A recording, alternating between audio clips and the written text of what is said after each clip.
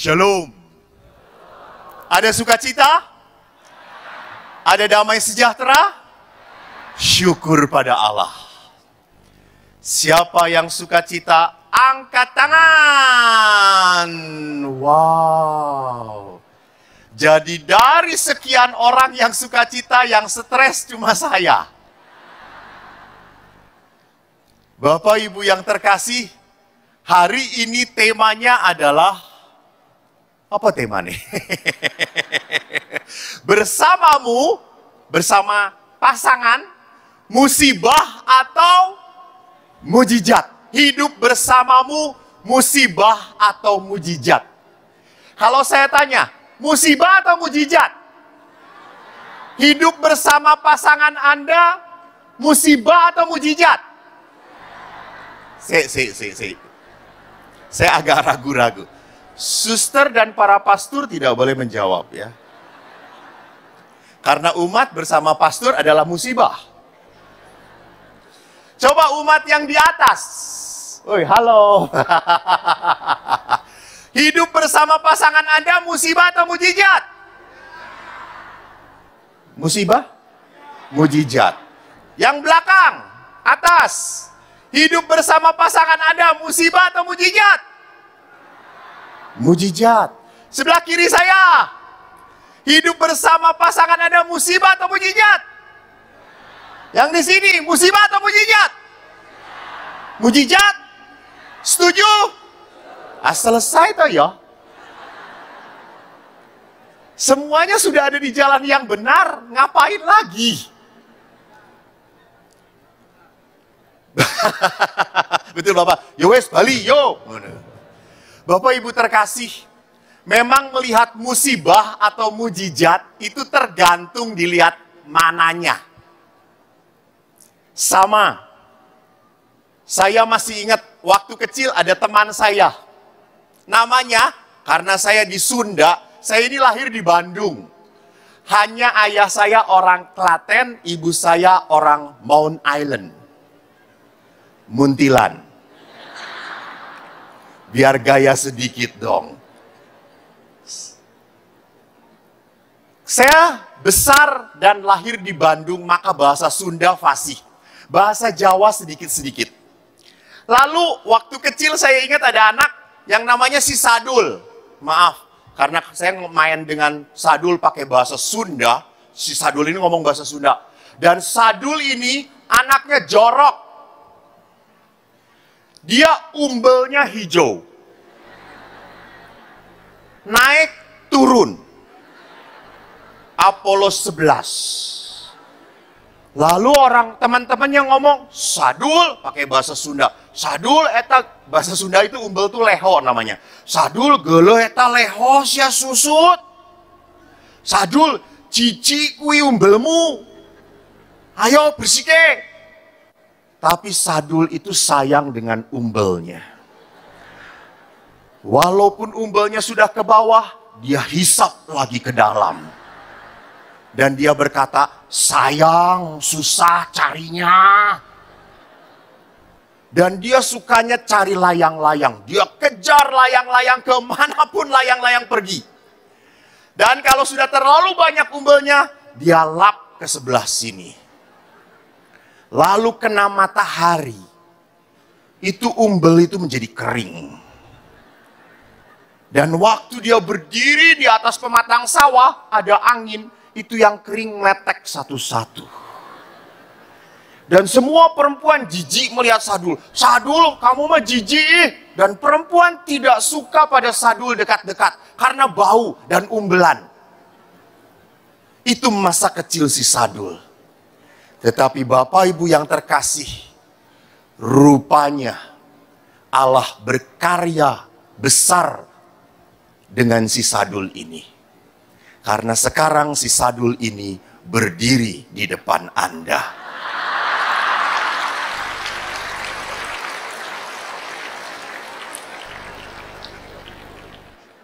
Jadi masa kecil saya sudah hitam, jelek. Saya tidak pernah membayangkan ngomong di depan umat yang rindu bertemu Tuhan. Betul atau tidak?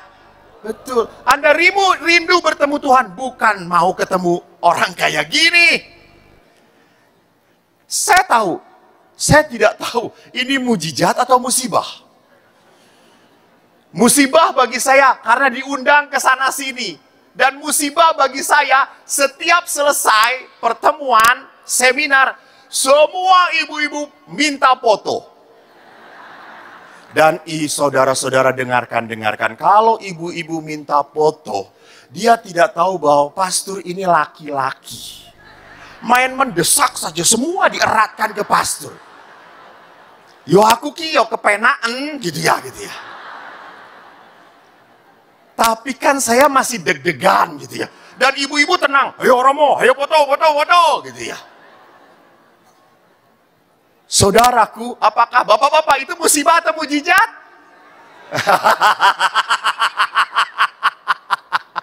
Dosa. Di dalam dokumen gereja tentang hidup perkawinan, Bapak Paus Fransiskus pernah membuat dokumen yang berjudul Amoris Laetitia, yang artinya sukacita kasih. Dalam dokumen ini, Bapak Paus melihat ada tantangan hidup perkawinan. Apa tantangan pertama dalam hidup perkawinan? Pada zaman ini, banyak pasangan yang terlalu gampang menghentikan relasi. Menyedihkan. Jadi kalau sudah sering bertengkar, tidak memperhatikan, wes rampung wae. Serap perlu terus, nggak cocok kita. Jadi orang itu begitu mudah menyimpulkan kita sudah tidak ada cinta lagi. Tuhan salah menjodohkan kita. Itu. Bapak Paus melihat orang-orang sekarang itu memperlakukan pasangan seperti memperlakukan barang. Kalau sudah selesai, nggak mau dipakai lagi, buang, selesai. Maka banyak istri yang dianggurkan oleh suaminya. Suami sibuk, istri pun sibuk sendiri. Tidak ada saling memperhatikan.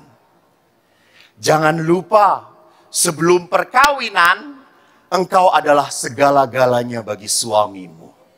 Sebelum perkawinan, saudara-saudara. Tapi setelah perkawinan, maaf, tidak ada artinya bagiku. Jadi, Bapak Paus pun melihat tragedi dari sebuah perkawinan. Kenapa bisa sampai seperti ini? Bahkan maaf, banyak sekali orang yang lebih menyayangi binatangnya daripada pasangannya. Binatangnya dipeluk, dicium-cium, suami dianggurin. Saya ingat waktu tahun lalu saya memberi khotbah Natal di hadapan Brimob Oikumene. Saya khotbah, Bapak Pendeta pesan Natal. Bapak Pendeta itu tahu sekali bahwa saya tidak nikah. Lalu dia datangin saya, Pastor, saya punya kesaksian. Apa Bapak Pendeta? Saya punya umat pastor. Pastor itu kan sekolah tentang konseling keluarga di Filipina. Iya Bapak Pendeta, begini. Umat saya itu sudah tidak bisa komunikasi dengan istrinya. Lalu dia itu memelihara burung perkutut, Pastor. Dan dia hampir tiap hari nyapa burung itu satu-satu. Jo.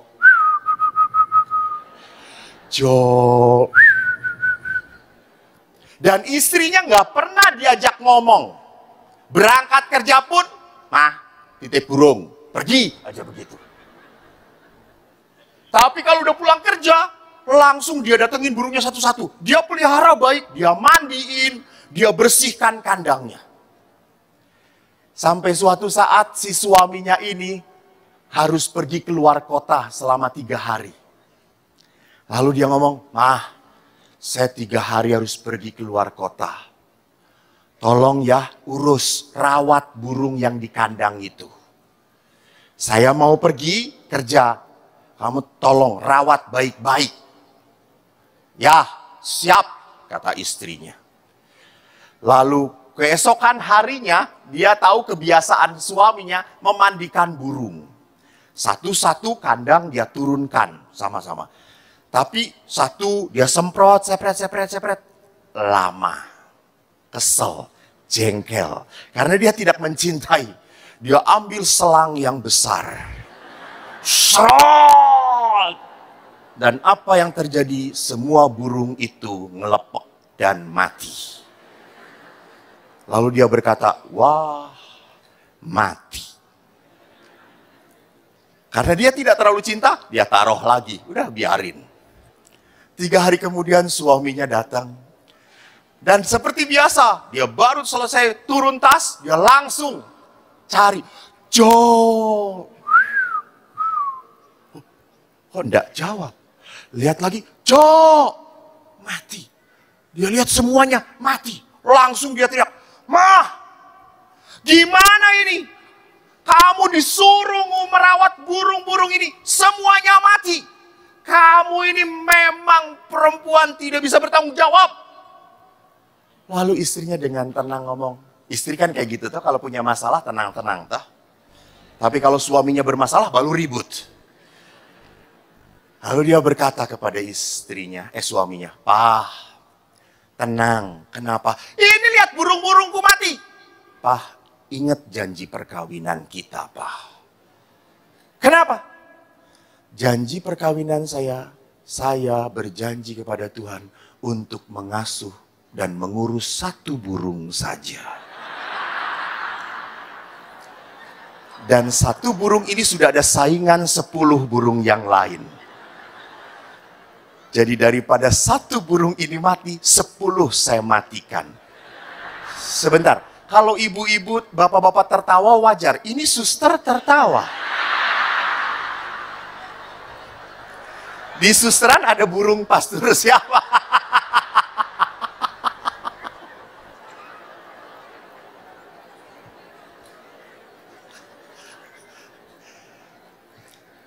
Bapak Ibu lihat, seringkali orang memperlakukan manusia seperti binatang, tapi memperlakukan binatang seperti manusia.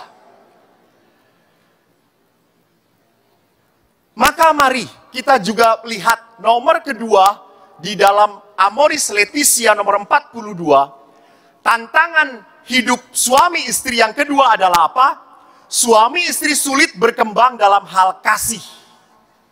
Karena budaya modern diwarnai pornografi, pendewaan tubuh dan kenikmatan.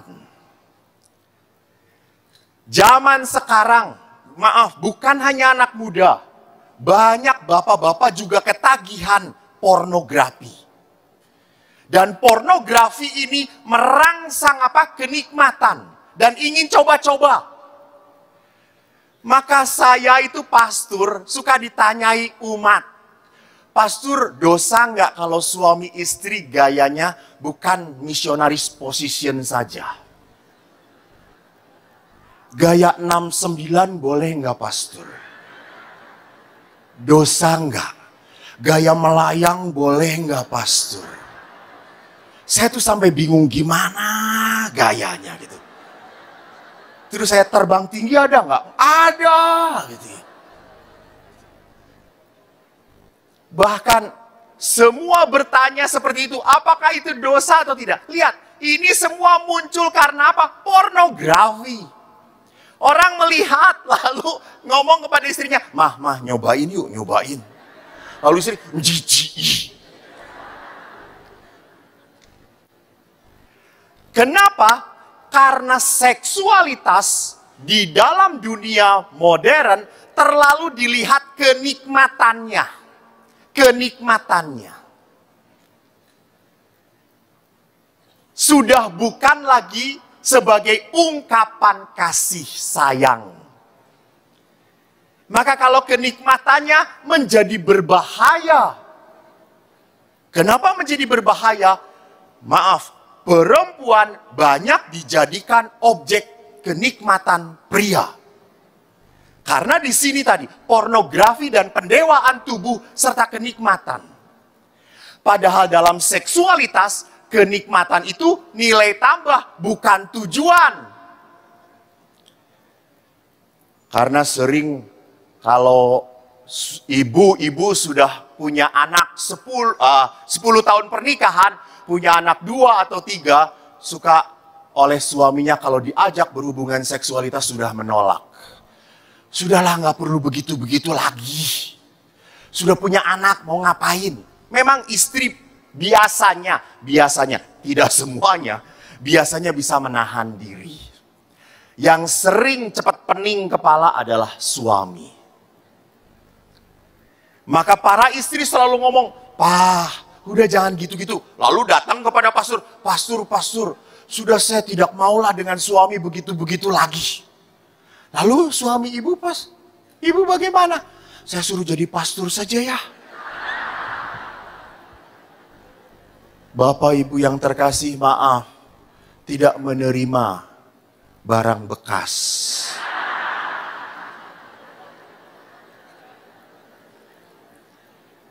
Kenapa istri sampai seperti itu? Karena apa? Diperalat oleh suami.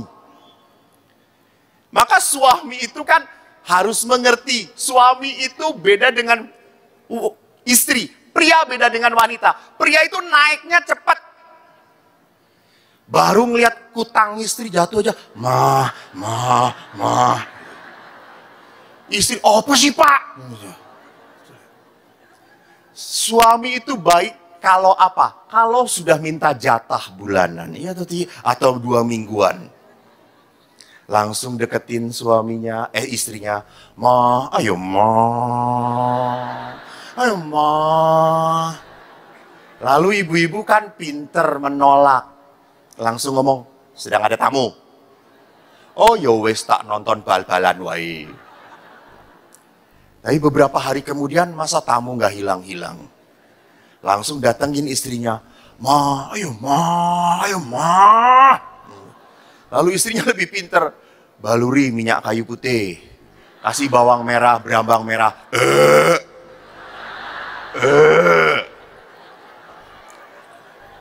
Laki-laki ngebawain bawang putih nggak nafsu lagi.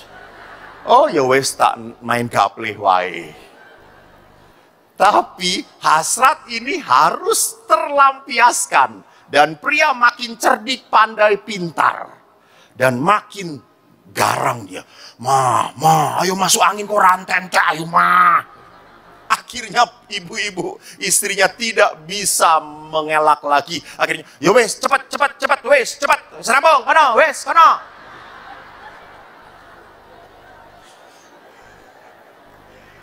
Betul ibu-ibu?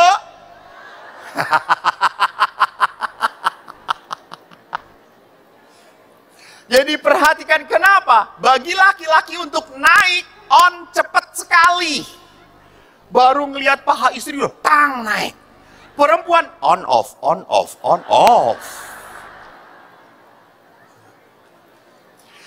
Lihat di sini, kalau kita melihat seksualitas sebagai kenikmatan, maka apa yang terjadi?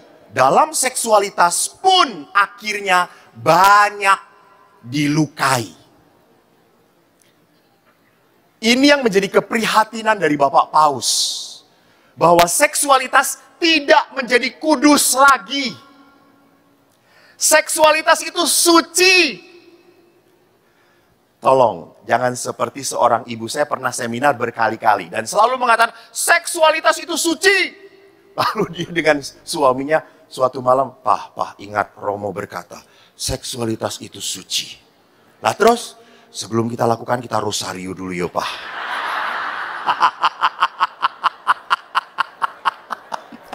Si bapaknya turu terus, Pak, wes surung. Oh, ayo Pak, rasido.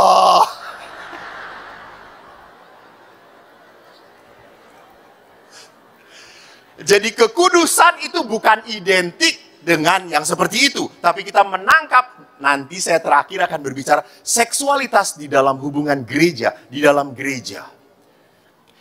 Yang berikutnya, Tuntutan sosial ekonomi membuat para anggota keluarga tidak akrab, kurang berkomunikasi, sehingga keluarga tidak menjadi tempat pendidikan yang baik. Lihat sekarang tuntutan sosial. Sekarang siapapun pegang handphone, dimanapun potret dan langsung update status IG, Facebook, WhatsApp. Betul atau tidak? Karena apa? Ingin diakui. Bahkan kalau saya lihat makan keluarga pun, keluarga makan, datang hidangannya, apa yang terjadi? Potret. Lalu setelah itu sibuk menata gambarnya. Lalu send, banyak yang like. Ya. Jadi makan bersama sudah tidak bisa menikmati kebersamaannya lagi. Orang sibuk dengan apa? Tuntutan sosial. Juga tuntutan ekonomi. Atau tuntutan sosial lain. Lihat, satu ibu-ibu, misalnya. Satu ibu-ibu pede, tato alis, semua ibu pede tato alis. Satu bapak prodiakon tato ketek, semua tato ketek. Sosial. Orang tuh cepat sekali terpengaruh dengan orang lain. Ke bawah-bawah. Karena apa? Demi status sosial. Sama toh orang-orang pun menenteng tas-tas yang begitu mahal. Hermes, Louis Vuitton, Prada, Gucci, and what else? Enggak kurang naik statusnya kalau plastik kresek. Orang nentengnya juga beda kalau Hermes di bawahnya. Kalau kresek kan, oke, saku gitu ya. Jadi demi apa? Demi status sosial. Supaya orang mengagumi. Ekonomi pun sama. Ingat, Bapak Ibu, berapa persen penghasilan Anda habis untuk pendidikan anak? Betul atau tidak? Menurut penelitian 70% penghasilan Anda habis untuk pendidikan anak. Ada yang kurang, ada yang lebih, betul. Apalagi sekolah di sekolah Katolik, mahal coy. Suster pegang sekolah? Bertobatlah. Karena saya tidak punya sekolah, jadi bisa bebas ngomong. Jadi begitu banyak uang kita kasih untuk anak-anak. Apalagi di dalam perkawinan, lihat, ibu itu selalu mementingkan anaknya. Dan cukup banyak perkawinan bertahan pun karena anak. Bukan karena pasangan. Siapa yang dipikir pertama? Anak. Ini gue anak. Maaf Bu, setelah anak menikah, maaf. Banyak anak tidak memikirkan ibunya. Tidak memikirkan orang tuanya. Wes tak bela-belani. Entek-entekan. Dan anak berkata, sopo sengkon. Jadi Bapak Ibu yang terkasih, rupanya yang paling penting bukan hanya tuntutan sosial, tetapi bagaimana saya memberikan teladan yang baik di dalam keluarga. Tantangan yang berikutnya adalah kekerasan di dalam keluarga sekarang bentuknya beda dengan yang dulu. Dulu kekerasannya tempeleng anak, pukul, hajar. Ya, saya mengalami itu. Nanti saya ceritakan. Karena apa? Saya waktu kecil dipukul, zaman dulu belum ada Kak Seto. Sehingga saya tidak bisa mengadu. Tapi kekerasan dalam rumah tangga sekarang adalah bentuknya alkoholisme, judi, dan narkoba. Kenapa sampai seperti itu? Bapak Ibu, banyak sekali bapak, ibu, bahkan anak-anak mahasiswa yang mengkonsumsi barang-barang ini. Karena apa? Tekanan stres yang kuat. Orang stres pekerjaan, apalagi sekarang perusahaan. Baru kemarin saya nonton televisi, tidak hanya di beberapa kota, tapi di Jakarta pun sudah cukup banyak mal-mal yang tutup. Pengusaha-pengusaha ini bukan sedang naik, drop. Bagaimana dia untuk membangun seperti itu? Hutang, ditagih, tidak bisa bayar. Apa yang terjadi? Minum obat terlarang, meringankan beban. Betul. Tapi apa yang terjadi hubungan mereka dengan anak-anaknya? Pasti kekerasan yang akan muncul. Jadi orang stres, punya tekanan kehidupan, bukan lari pada doa dan hidup ibadat ataupun sakramen. Tapi lari kepada yang cepat. Karena kepada doa kadang-kadang ngantuk. Tapi kalau minum itu jadi tenang. Itu dia. Jadi kita ingin cari solusi yang cepat sekali. Berikutnya Bapak Paus pun mengatakan yang terakhir bahwa tantangan keluarga sekarang adalah apa? Keluarga itu tidak dapat digantikan bentuk hidup bersamanya oleh bentuk komunitas apapun. Jadi saya diundang ke Surabaya.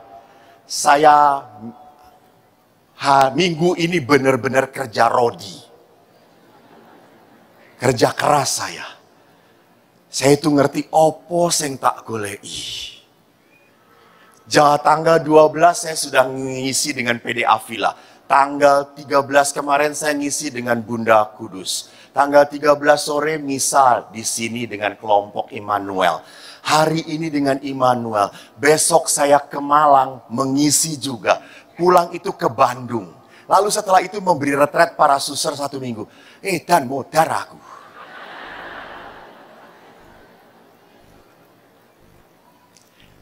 Tapi apa yang saya mau katakan? Saya tertarik. Di Surabaya ini banyak komunitas-komunitas doa. Tapi jangan lupa, komunitas semacam apapun tidak bisa menggantikan keluarga Anda. Jadi jangan sampai Anda meninggalkan keluarga, maaf, demi komunitas doa semacam apapun. Maaf ya, maaf. Karena panggilan pertama Bapak Ibu adalah di dalam komunitas keluarga. Jadi komunitas doa itu adalah penopang, bukan yang utama. Yang utama dan pertama adalah komunitas keluarga. Saya ingat bapak saya itu aktif di gereja. Beliau itu legioner, menjadi ketua. Beliau itu prodiakon, ikon keras, prodiakon. Beliau itu anggota kur. Beliau itu lektor. Beliau itu tatib juga di gereja.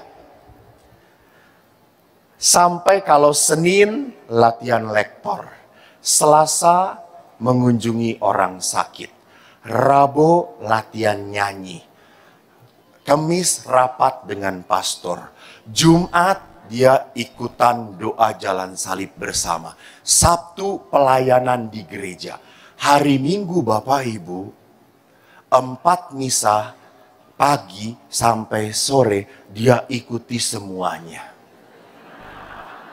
Jadi bapak saya yang kurang, jangan tepuk tangan, ini nggak benar ini namanya. Suster memberi contoh ini. Sampai yang kurang 1, suster, bapak saya belum ditahbiskan saja. Sampai akhirnya adik saya yang terakhir ngomong kepada bapak, Pak, bapak itu sibuk di gereja, nggak punya waktu untuk kita. nggak pernah kumpul dengan kita.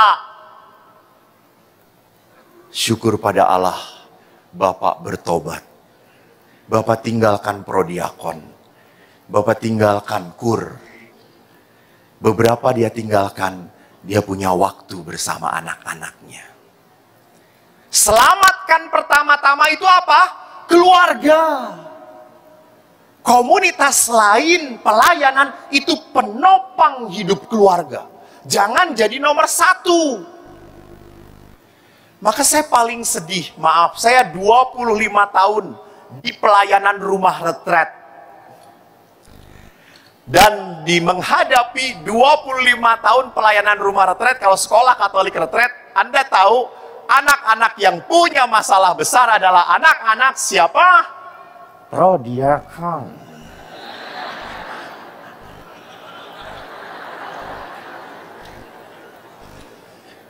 Anak prodiakon, anak aktivis gereja.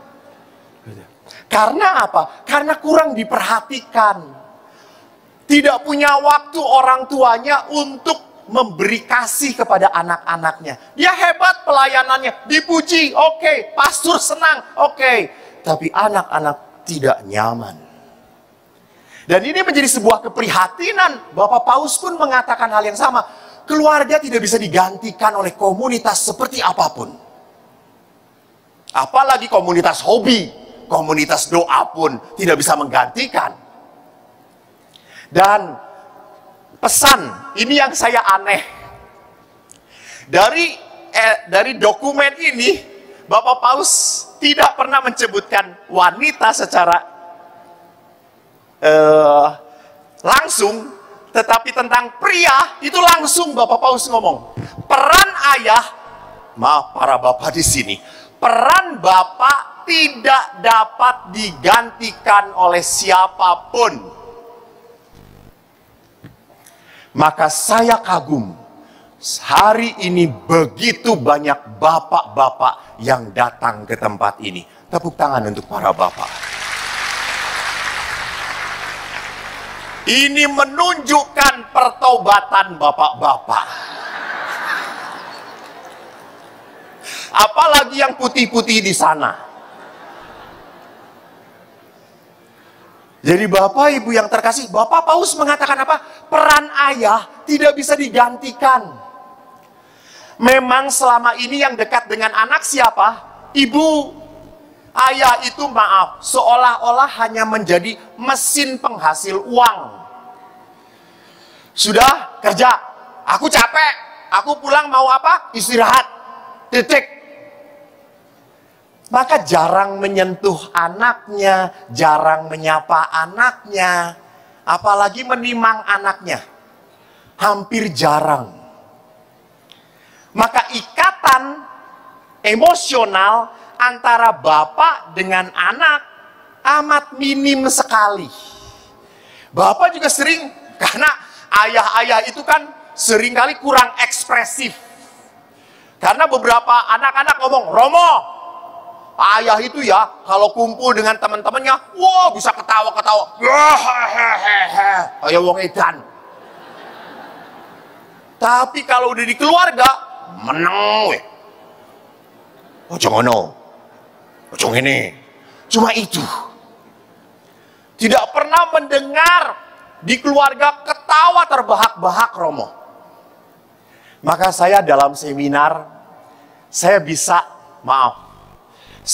melihat ini keluarga ini sakinah, mawadah, warohmah. Dari apa? Kalau keluarga itu kumpul bersama, bisa tertawa terbahak-bahak bersama-sama. Ini keluarga warohmah. Terberkati. Bisa bareng-bareng.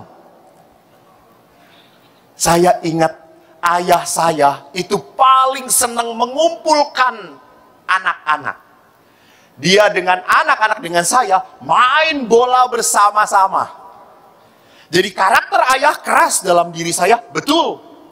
Dan tapi saya walaupun tidak dekat, akrab dengan ayah, tapi saya mendambakan dan memuja ayah. Ayah itu adalah ayah yang paling hemat, irit.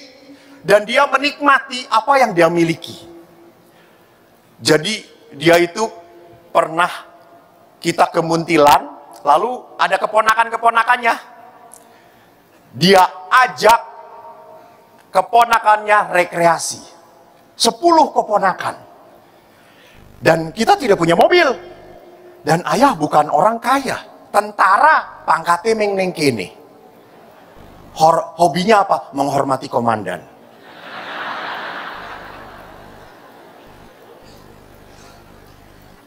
Jadi suatu saat dia mengajak keponakannya, ayo neng Borobudur kabeh, sendang sono, wes rampung, langsung Borobudur, ayo. Lalu teman-teman saudara-saudara, ayo Pakde, kita pergi ke Borobudur Pakde, nanti jajan ya Pakde. Yo, semua dibawa sama ayah saya.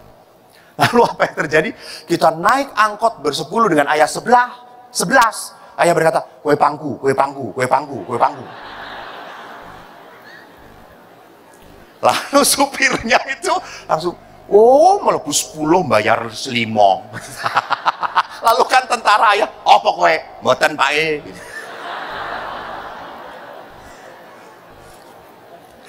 Lalu setelah itu pinternya ayah. Lalu setelah itu kita rekreasi. Setelah rekreasi kan kita capek di Borobudur. Lalu keponakan saya minta makan. Saya nggak berani dengan ayah, takut saya dengan ayah. Lalu kemudian, Pakde, lapar Pakde, gue lapar, nggih Pakde, tunggu soto yo, oh nggih Pakde soto, yowes, nunggu kabeh. Kita tuh didudukan di samping, nggak di tempat soto, di samping dekat jalan. Nunggu kue ini. Lalu bapak ke tukang soto ini 5, bagi loro. Kebai banyune kabeh. Lalu bapak itu berkata, anak-anak ingat ya, makanan dari Tuhan berkat harus dihabiskan. Yes Pakde, siap Pakde. Itu kan belum lihat sotonya tuh, pas lihat banyu kabeh gitu. Lalu kita makan semua habis. Lalu ayah itu hebat, gaya sekali. Arab sirop ora? Mboten Pakde, sabun kembung Pakde.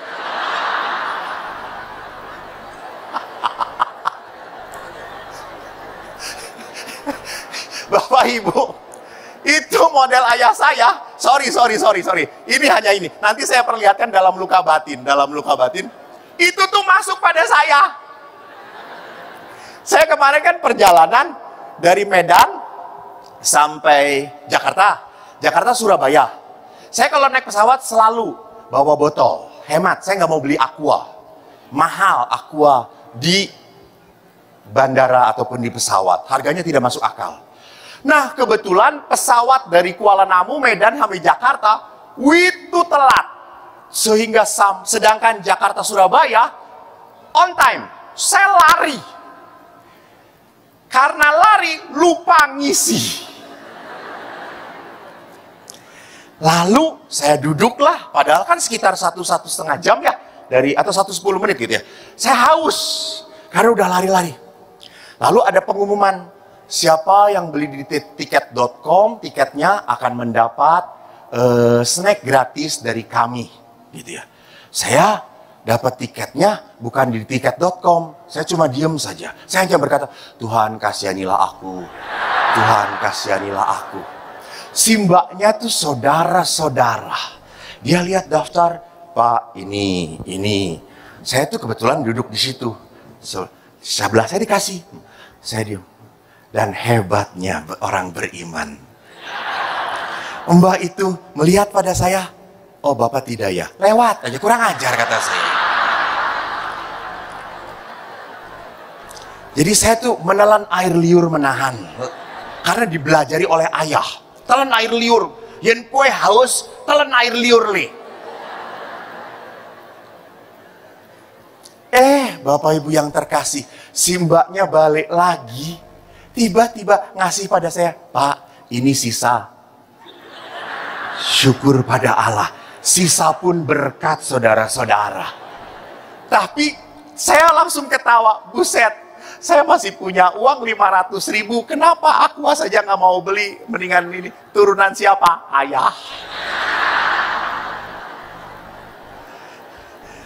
Jadi anak-anak kalau tahu ayah ibunya pelit, lihat turunannya.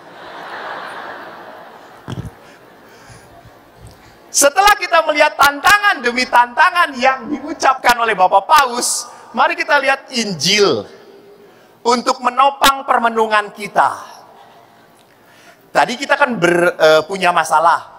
Hidup bersamamu itu mujizat atau musibah? Lali aku. Injil Markus saya bacakan. Maka datanglah orang-orang Farisi, dan untuk mencoba Yesus, mereka bertanya kepadanya, apakah seorang suami diperbolehkan menceraikan istrinya? Tetapi jawabnya kepada mereka, apa perintah Musa kepada kamu? Jawab mereka, Musa memberi izin untuk menceraikannya dengan membuat surat cerai.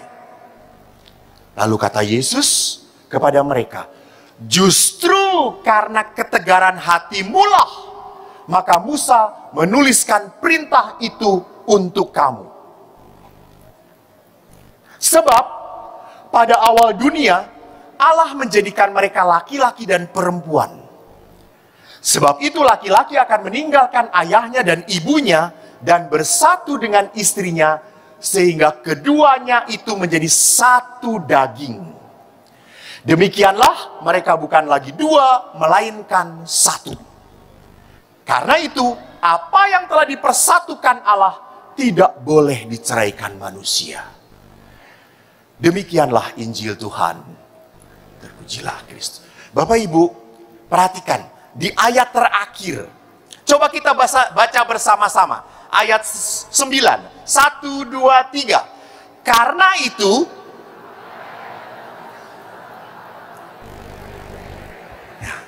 apa yang telah dipersatukan Allah. Jadi suami istri ini dipersatukan Allah atau tidak? Dipersatukan oleh Allah. Jadi jangan macam-macam. Maka perceraian itu adalah tindakan melawan Tuhan. Kenapa? Karena Injil mengatakan jelas sekali di sini bahwa apa yang dipersatukan Allah tidak boleh diceraikan manusia. Jadi penginjil mengatakan yang menyatukan Anda itu siapa? Tuhan. Dan Tuhan itu tahu bagaimana membahagiakan Anda dengan mendatangkan pasangan hidup. Itu. Saya menikahkan orang sudah berpuluh-puluh kali. Ya, Romo Domi juga ya. Tapi kita dinikahkan belum pernah ya, Romo Domi. Tidak perlu Romo. Kalau Romo mau bahagia, setialah sampai mati umatnya. Jadi Bapak Ibu, saya menikahkan orang sering kali melihat, banyak kali melihat pasangan sebelum perkawinan datang dulu menghadap pada saya gitu ya. Saya lihat laki-lakinya gagah, perkasa, ganteng. Lihat perempuannya, ya Allah. Tidak jelas bentuknya gitu ya. Lalu saya pada saat saya aja laki-laki normal tidak suka pada wanita itu gitu ya.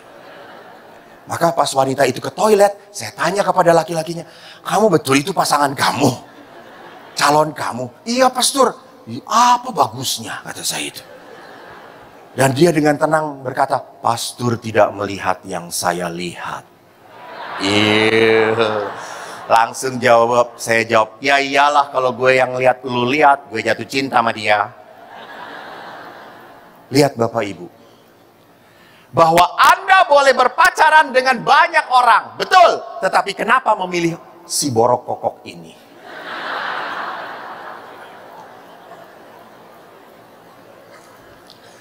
Om sebelahnya istrinya atau bukan Om?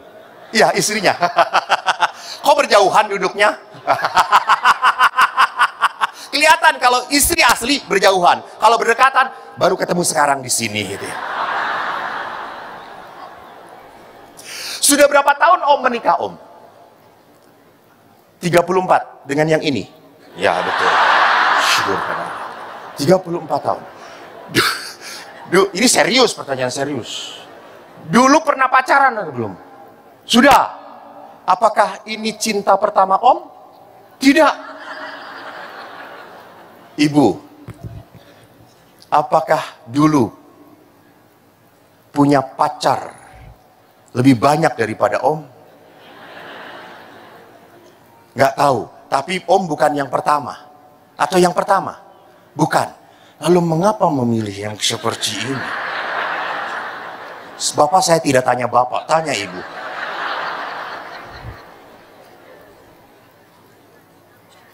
Apa? Paling rajin apel.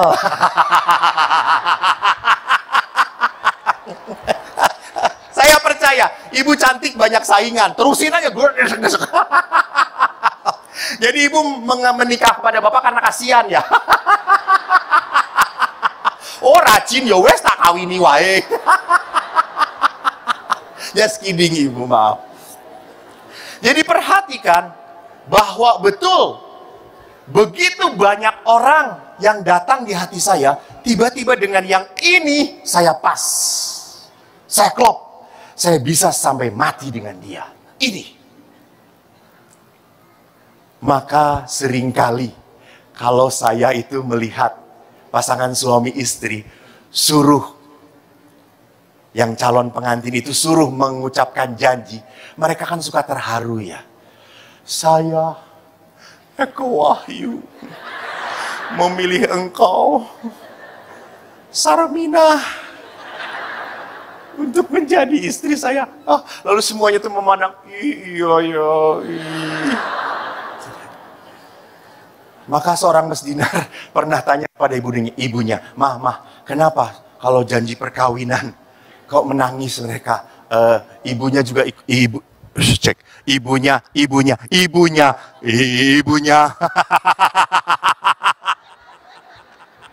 Cek.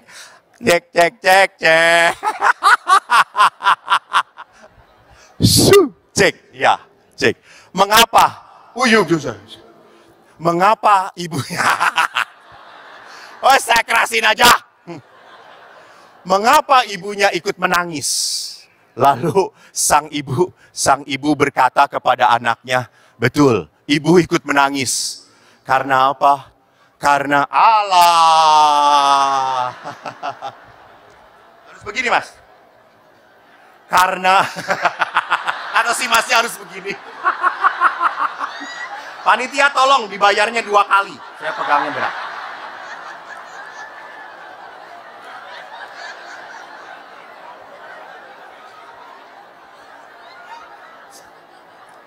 Jadi Bapak Ibu, ya Allah.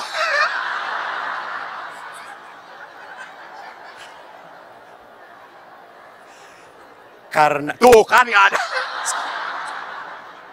Karena, ini malah jadi lelucon. Cek.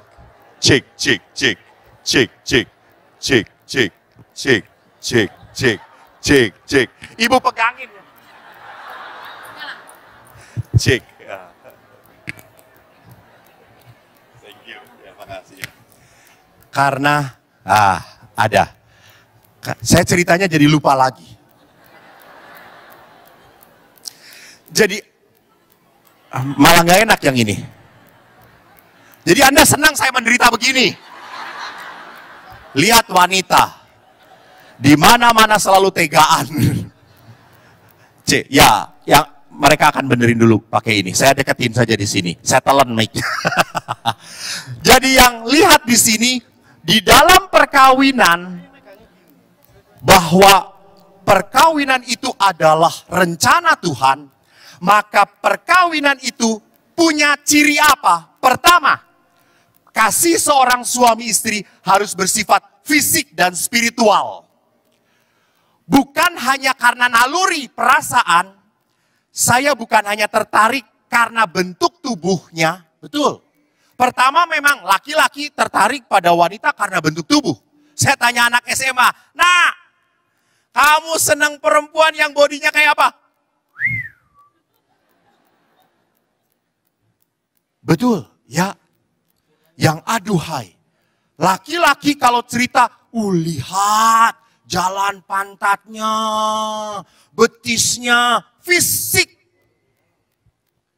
Tapi setelah perkawinan berlangsung lama, bapak-bapak lihat pasangan Anda bentuknya sudah tidak beraturan lagi. Tetapi Anda tetap harus setia. Kenapa? Karena kasihnya tidak hanya bersifat fisik, tapi spiritual. Saya akan setia pada kamu dalam suka dan duka, sehat dan sakit. Itu hebatnya perkawinan. Bapak Ibu, saya punya ayah angkatan udara. Belakang masih mendengar saya? Oh, tidak mendengar. Saya harus kencang lagi. Belakang mendengar saya? Mungkin 3 mic di sini.